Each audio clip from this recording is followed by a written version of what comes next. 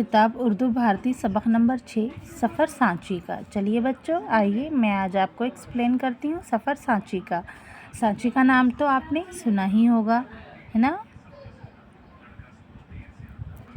सांची मध्य प्रदेश का एक तारीख़ी मुकाम है। ये अपने स्तूपों के लिए मशहूर है। देखिए, ये जो आप देख रहे हो ये स्तूप है, सांची स्तूप है। मध्य प्रदेश का एक ये हिस्ट्रिकल मुकाम है, तारीख़ी मुकाम, हिस्ट्रिकल मुकाम, है ना। ये इन स्तूपों के लिए बहुत मशहूर है। ये स्तूप बुद्ध मज़हब की यादगार हैं। किसकी? बुद्ध मज़हब की, है ना। जो बुद्ध मज़हब के लोग थे उन्होंने ये बनाया था। दूर दूर से लोग इन स्तूपों को देखने के लिए आते हैं। इन्हें राजा अशोक ने तामीर करवाया था। कौन से राजा ने? अशोक राजा ने।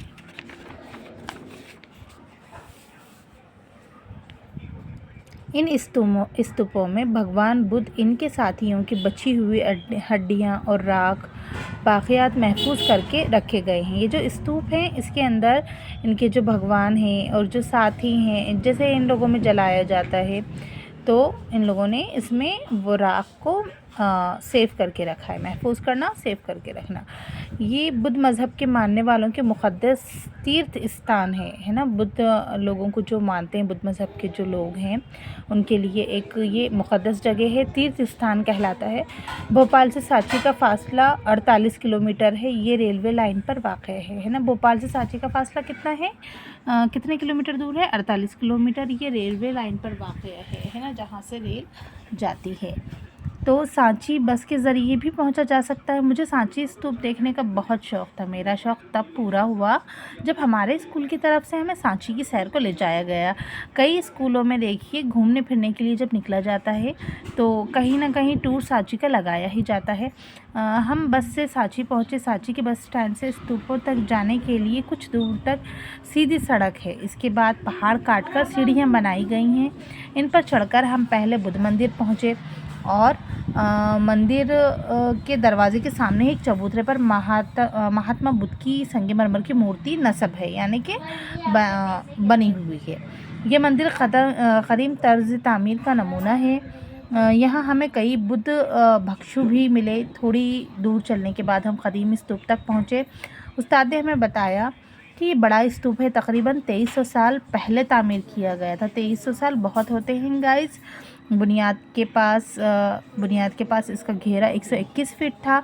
ये चारों तरफ से पत्थर के जंगले से घिरा हुआ है। स्तूप के दरमियान तकरीबन 15 फीट ऊपर और चोटी पर भी जंगले लगे हुए हैं।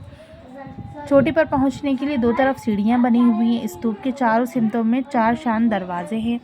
ये तकरीबन 33 फीट ऊंचे हैं और एक ही तर्ज के बने हुए हैं। हर दरवाजे में 2-2 चौकोर सुतून हैं। इनके ऊपरी हिस्सों में चौकियां बनी हुई हैं। इन पर पहलू से जुड़े हुए 4 शेरों, हाथियों और बोनों की मूर्तियां हैं। इनके ऊपर पत्थर की पट्टियां हैं। इन पट्टियों के ऊपर और दरमियान में आदमी, घुड़सवार, हाथी और शेर खुदे हुए हैं। दरवाजे के सबसे ऊपर धर्म चक्र है, जो बुद्ध मज़हब का निशान आपको देखने को मिलेगा। दरवाजे के बराबर सुतूनों पर खुदी हुई तस्वीर महात्मा बुद्ध की ज़िंदगी की हालत और बुद्ध मज़हब की तारीख़ के अहम वाक़यात को पेश करती है। सांची में 3 स्तूप है। कितने स्तूप हैं? 3। दूसरा स्तूप जो है पहले स्तूप से तकरीबन 50 गज़ के फासले पर है। इसे स्तूप नंबर 3 कहा जाता है। मगरिब की तरफ पहाड़ के नीचे उतरते हुए तकरीबन 150 गज़ की दूरी पर स्तूप नंबर 2 है। स्तूपों के आसपास बुद्ध मज़हब की कई यादगार और दूसरी कई इमारतें हैं जो कदीम कारीगरी की बेहतरीन नमूने हैं। शाम हो गई थी। हम सब बस में सवार होकर अपने शहर की तरफ रवाना हुए। तो आप लोग भी एक मर्तबा वहाँ विज़िट करिएगा, देखिएगा। खूब अच्छी, देखने की दिलचस्प जगह है। मुझे तो ये लेसन बहुत पसंद आया गाइज़, और मैं ख़ुद भी, मेरा एक्सपीरियंस है, मैं भी जाकर वहाँ देख चुकी हूँ, तो आप भी देखिएगा।